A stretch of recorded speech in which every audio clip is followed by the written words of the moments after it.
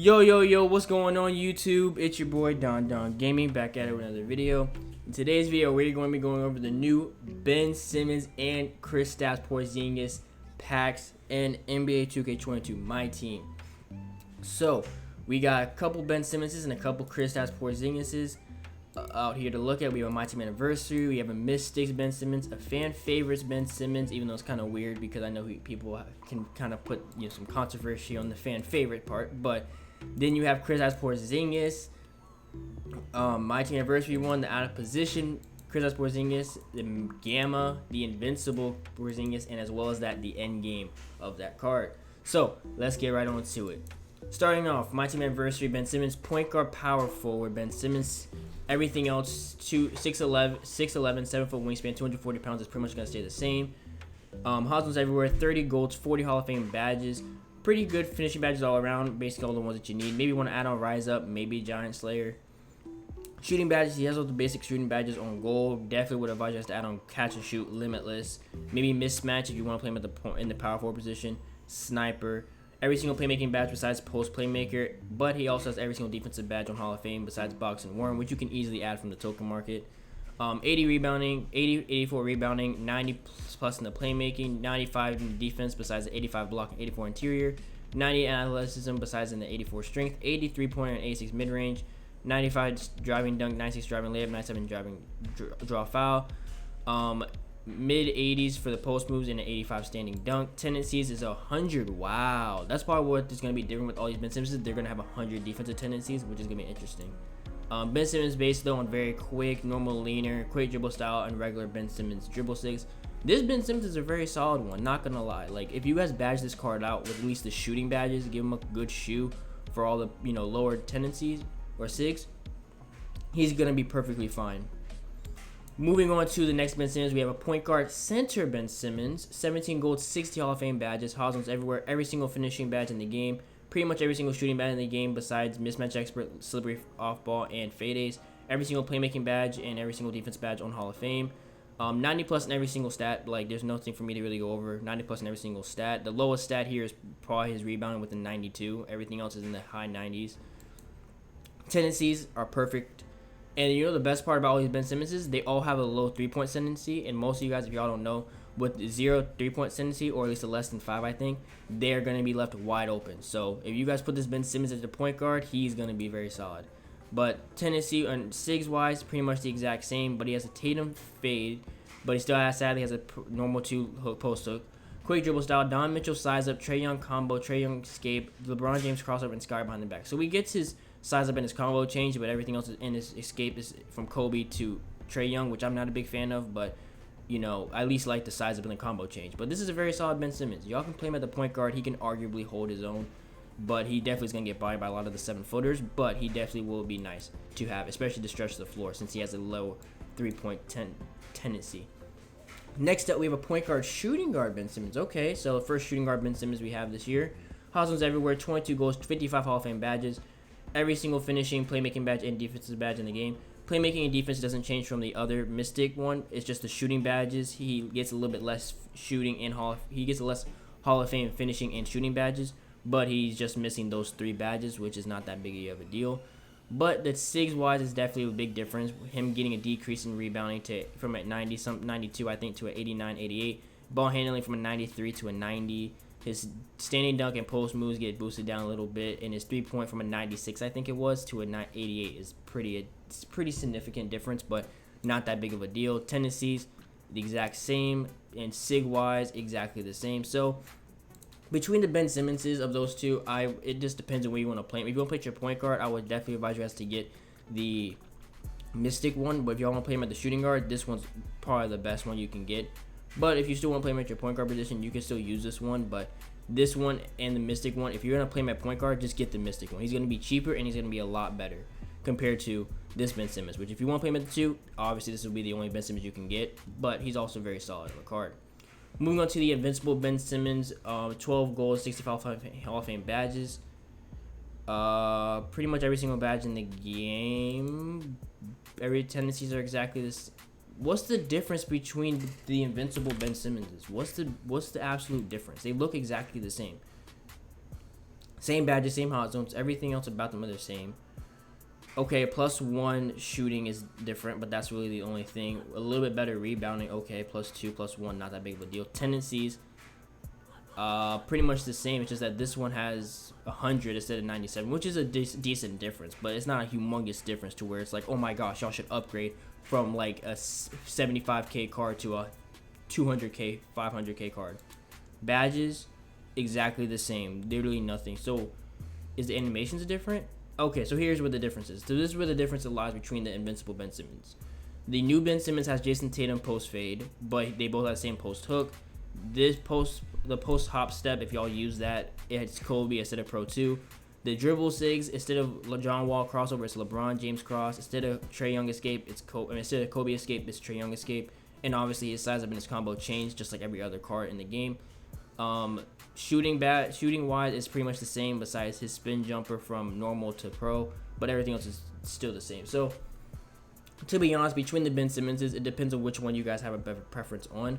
I would just say if y'all have this Invincible one, there's no point of really having to upgrade unless you really want to be able to have a better size up and combo on the Ben Simmons, but otherwise there's not that much of a difference. And maybe the tendencies, but Ben Simmons already has good enough defensive tendencies to where it's not going to really matter that much. So it depends on how you guys want to play and the way how much this card will be. But as well as actually don't take that back. Another difference is that this one can play small forward compared to this one playing power forward. So if you guys do want to play him at small forward, this is definitely going to be the better option for you guys. But like I said, it depends on pricing and depends on how much this card, because this card could be pulled a lot. So it definitely does depend. Moving on to the in-game Ben Simmons. This is just like the Invincible one. Point guard, power forward, 80 Hall of Fame badges, 99 stats all around. You already know what it is. Tendencies, perfecto. They gave him stat shot 20. This is our first point guard in the game, y'all. That's an end game. This is our first end game point guard that has set shot 25. My goodness, thank you 2K. I wish y'all gave him Luka base, but hey, I'll take set shot 25. On very quick, obviously the perfect dribble sig, basically perfect animations. This one actually has Kareem Abdul-Jabbar post hook. So depending about what you guys want from Ben Simmons, it depends on which one y'all will go over. I'll go over at the end of the video which one y'all should get between the Ben. Actually, no, I won't do that. Actually, take that back.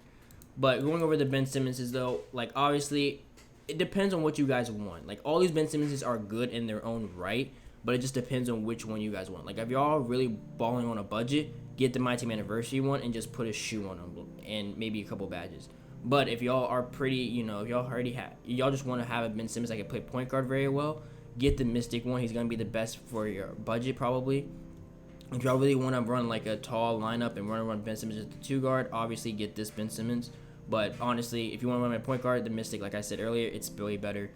And the power forward, the point guard power forward in game is definitely the best because of his post hook, his dribble sigs, and obviously him having set shot 25, in my opinion, is a way better jump shot than jump shot 3.